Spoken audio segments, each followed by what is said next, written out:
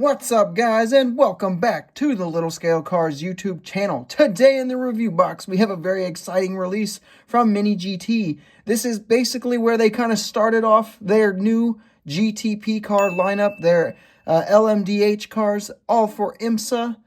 This one is the Acura ARX-06. This one currently only competes in IMSA. However, I think there are plans to possibly take it to LeMans in the future. So definitely keep your fingers crossed for that, because I think that'd be cool. I have the Wayne Taylor car over here, the one I think is the best, and then the Meyer-Shank Racing Team car here. So let's take a closer look at these and see if they are worth adding to your collections. As always, let's go ahead and get things started with our casting. So taking a look at it, our proportions are very nice. They definitely are going to match the real-life car extremely nice, just as you would expect it to, being from MiniGT. Now, go ahead and pop the real-life car up in the top right corner there so you can get a little bit of a comparison to the real-life car. And then let's go over the casting here. So, what do we have that's metal? Basically, everything you're going to see is metal, including the base, which is always nice to see. Now, our dorsal fin here, this is going to be plastic, and the rear wing is going to be plastic.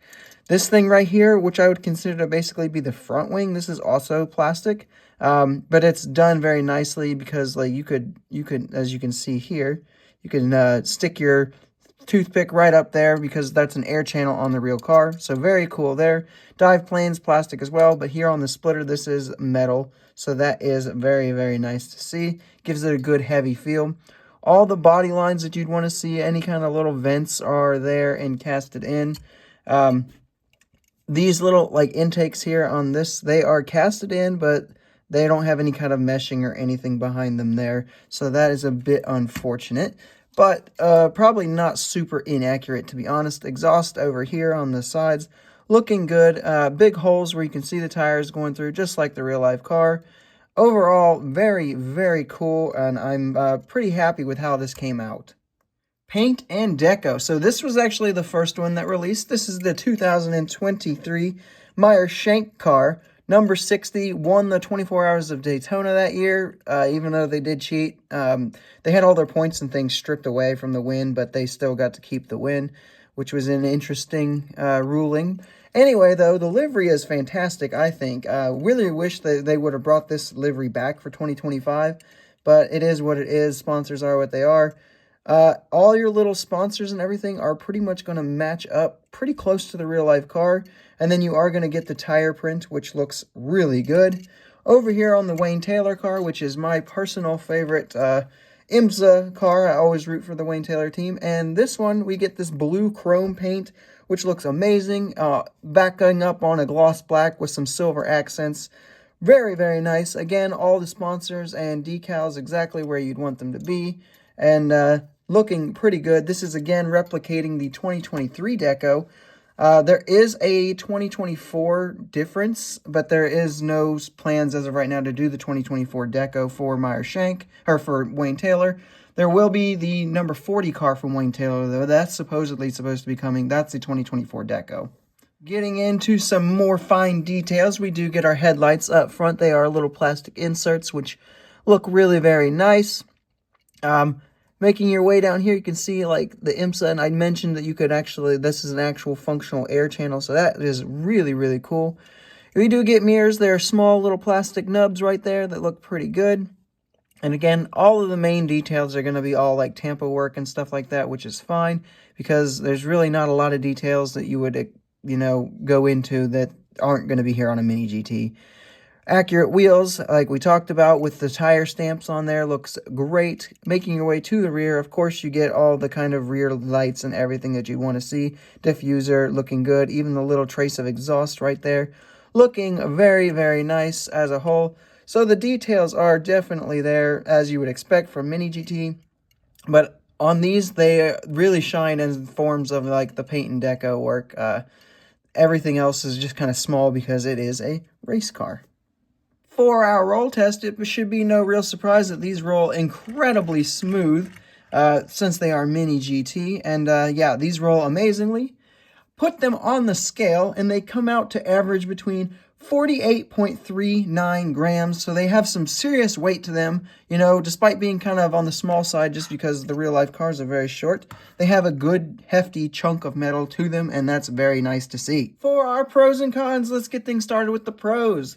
As of right now, this is the only way to add the Acura ARX-06 to your collections, and yeah, there are no other brands actively doing this car right now, or even that have plans that we know of right now. So if you want this car in your collection, which you probably should if you're any kind of a racing fan, yeah, this is how you're going to go about it, MiniGT.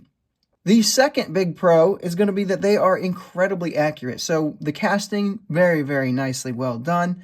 And then the liveries on these are absolutely phenomenal. So all of this is going to be packaged into like a $15 price point. So that really, you can't go wrong. If you don't like these two liveries, like I said, there is the 2024 number 40 car livery, and I'm sure the 2025 liveries will be down the road as well.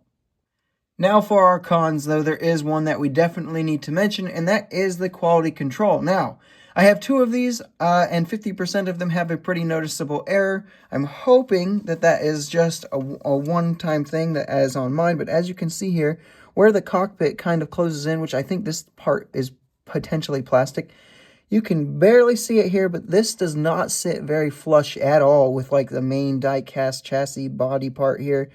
So that is definitely unfortunate. It's very smooth, flush on this side, but that side, yeah, that's noticeable and definitely a bit disappointing.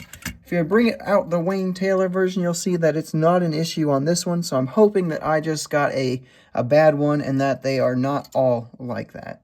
And here we have it with some other prototype racers, with the Mazda 787B from Hot Wheels and the Cadillac Project GTP, also from Hot Wheels.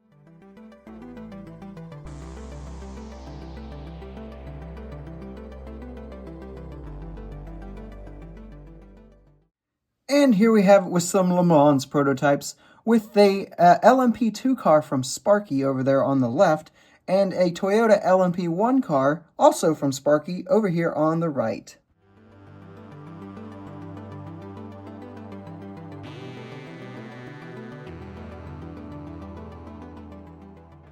So with all of that out of the way, it is now time to find the overall score.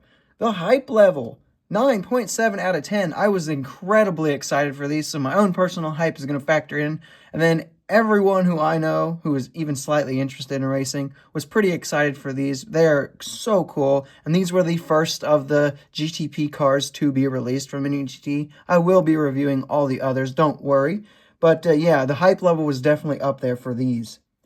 Execution, I'm going to give them a 9.5 out of 10, and honestly, the only real downside I have to these is that the QC could be an issue. If this had come out perfect in the QC department, I think that we would be looking at a almost perfect score in the execution department. Feedback, I'm going to give it a 9.65. I have seen a few little nitpicks, but most of the nitpicks I have seen are from people who are thinking that they should get, you know, a $30 model for a $15 price tag. I think for the price point that these are pretty good and pretty solid. When we take these three scores and we add them together, we're going to end up with an overall score of 9.62 out of 10, which is a very, very nice score because, guess what? These are phenomenal. If you have missed out, I don't know how easy they are to find anymore, but don't worry. Like I have mentioned, there is at least one more coming, and I would be shocked if we didn't get some 2025 liveries. If you were unaware, Wayne Taylor is no longer a part of the program, and Meyer Shank is now the sole user of the Acura cars. So there are going to be probably two 2025 liveries coming from them, and we do know that we are getting the number 40, as long as it does not get canceled from 2024. Definitely, if you've missed out on these, can't find them, be sure to pick up those ones because these are great. These are fantastic. If you are a racing fan or an IMSA fan, you should be having these in your collection. That is all I have for this review, guys. Let me know what your thoughts are on these two particular cars down below in the comments. Be sure to subscribe if you have not done so already, and make sure to like the video. I will see you guys in the next one.